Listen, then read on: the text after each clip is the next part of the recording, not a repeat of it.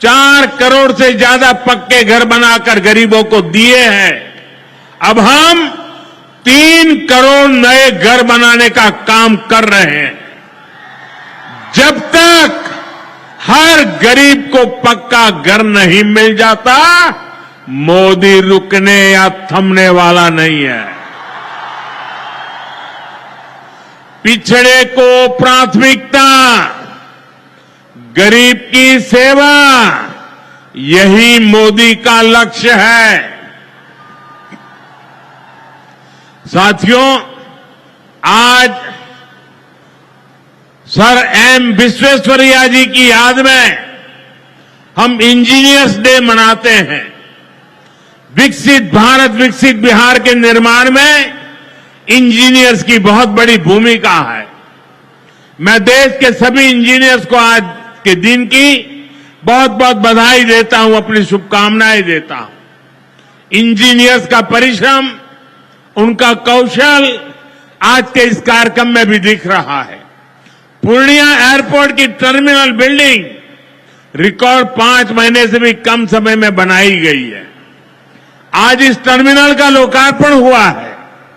पहली commercial flight को हरी झंडी भी दिखाई गई है और हमारे एविएशन मिनिस्टर श्रीमान नायडू जी भी हमारे बीच है। उनके लिए भी जरा ताली बजाइए। यहीं से हवाई जहाज उड़ा रहे हैं वो। नए एयरपोर्ट की वजह से अब पूर्णिया देश के एविएशन मैप पर आ गया है। अब देश के बड़े शहरों से, बड़े व्यापारिक केंद्रों से पूर्णिया और सीमांचल की सीधी कनेक्टिविटी होगी। साथियों, एनडीए सरकार द्वारा इस पूरे क्षेत्र को आधुनिक हाईटेक रेल सेवाओं से भी जोड़ा जा रहा है। आज भी मैंने वंदे भारत, अमृत भारत पैसेंजर ट्रेन को हरी झंडी दिखाई है। आज अररिया, गलगलिया नई रेल लाइन का उद्घाटन हुआ है। विक्रमशिला, कटरिया नई रेल का शिलान्यास भी किया गया है। साथियों, कुछ दिन पहले ही भारत सरकार ने एक और बड़ा निर्णय लिया है। Buxar Bhagalpur high speed corridor के मोकामा मुंगेर सेक्शन को मंजूरी दे दी है। इससे मुंगेर, जमालपुर, भागलपुर जैसे इंडस्ट्रियल हब को बहुत फायदा होगा। सरकार ने भागलपुर, दुमका, रामपुर हाट रेल लाइन के दोहरीकरण को भी मंजूरी दे दी है। साथियों, देश के विकास के लिए बिहार का विकास जरूरी है और बिहार के विकास के लिए पूर्णिया और सीमांचल का विकास जरूरी है। आरजेडी और कांग्रेस की सरकारों के कुशासन का बहुत बड़ा नुकसान इसी क्षेत्र को उठाना पड़ा है, लेकिन अब एनडीए सरकार स्थिति बदल रही है। अब ये क्षेत्र विकास के फोकस में है। साथियों, बिजली के क्षेत्र में भी बिहार को आत्मनिर्भर बनाने का काम चल रहा है। यहां भागलपुर की पीरपैंती में 2400 मेगावाट के थर्मल पावर प्रोजेक्ट का शिलान्यास किया गया है। साथियों, बिहार की डबल इंजन की सरकार यहां के किसानों और पशुपालकों की आय बढ़ाने के लिए प्रतिबद्ध है। आज Kosi Mechi intra state river link project के पहले फेज का शिलान्यास भी हुआ है। इसे ईस्टर्न कोसी मैन कैनाल का विस्तार होगा। इसे लाखों हेक्टेयर भूमि की सिंचाई में सुविधा होगी और बाढ़ की चुनौती से निपटने में भी आसानी होगी। साथियों, बिहार के किसानों के पास आय का एक साधन मखाने की खेती भी रहा है, लेकिन पिछली सरकारों ने मखाने की भी उपेक्षा की और मखाना किसानों की भी उपेक्षा की। और मैं दावे से कहता हूं, ये जो आजकल यहां आकर के चक्कर काटते हैं ना, उन्होंने मेरे आने से पहले मखाना का नाम भी नहीं सुना होगा। ये हमारी सरकार है जिसने मखाना को प्राथमिकता दी है। साथियों, मैंने बिहार के आप लोगों से राष्ट्रीय मखाना बोर्ड के गठन का वायदा किया था। केंद्र सरकार ने कल ही राष्ट्रीय मखाना बोर्ड की स्थापना के लिए नोटिफिकेशन जारी कर दिया है।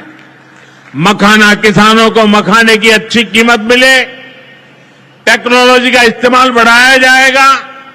राष्ट्रीय मखाना बोर्ड इसके लिए निरंतर काम करेगा।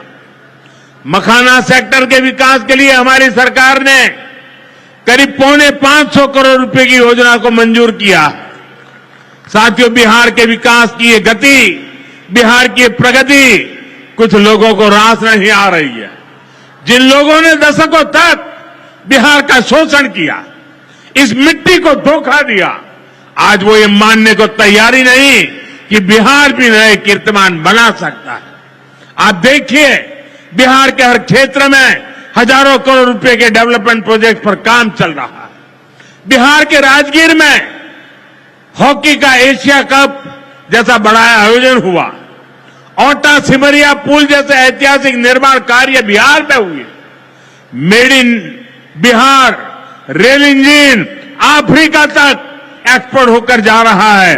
लेकिन ये सब कांग्रेस और आरजेडी वालों को पच नहीं रहा है।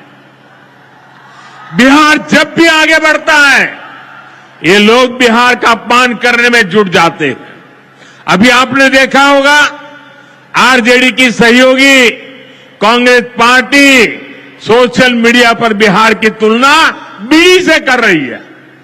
इन लोगों को बिहार से इतनी नफरत है, इन लोगों ने घोटाले और भ्रष्टाचार करके बिहार की साख को बहुत नुकसान पहुंचाया।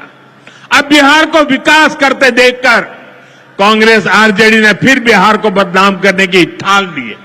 भाइयों बहनों, ऐसी मानसिकता वाले लोग कभी बिहार का भला नहीं कर सकते। जिन लोगों को अपनी तिजोरी भरने की चिंता नहीं हो, वो गरीब के घर की चिंता क्यों करें? कांग्रेस के एक प्रधानमंत्री ने माना था कि कांग्रेस सरकार 100 पैसा भेजती है, 100 रुपये, तो 85 पैसा बीच में ही लूट जाता है। आप मुझे बताइए, कांग्रेस आरजेडी की सरकार में सीधे गरीब के खाते में पैसे आ पाते थे। लालटेन जला करके वो 50 पैसों को हाथ मारता था और 85 पैसे मार लेते थे। कोरोना के बाद से ही हर गरीब को मुफ्त राशन मिल रहा है। क्या कांग्रेस आरजेडी की सरकार में आपको मुफ्त अनाज मिल पाता क्या? आज आयुष्मान योजना की वजह से हर गरीब को 5 लाख रुपए तक मुफ्त इलाज की सुविधा है। जिन लोगों ने आपके लिए अस्पताल तक नहीं बनवाए, वो आपको मुफ्त इलाज की सुविधा, मैं आपसे पूछना चाहता हूं, क्या ये मुफ्त इलाज की सुविधा दे पाते क्या? आपकी चिंता कर सकते क्या? साथियों, कांग्रेस और आरजेडी ने न केवल बिहार के सम्मान को खतरा है, बल्कि बिहार की पहचान को भी खतरा है।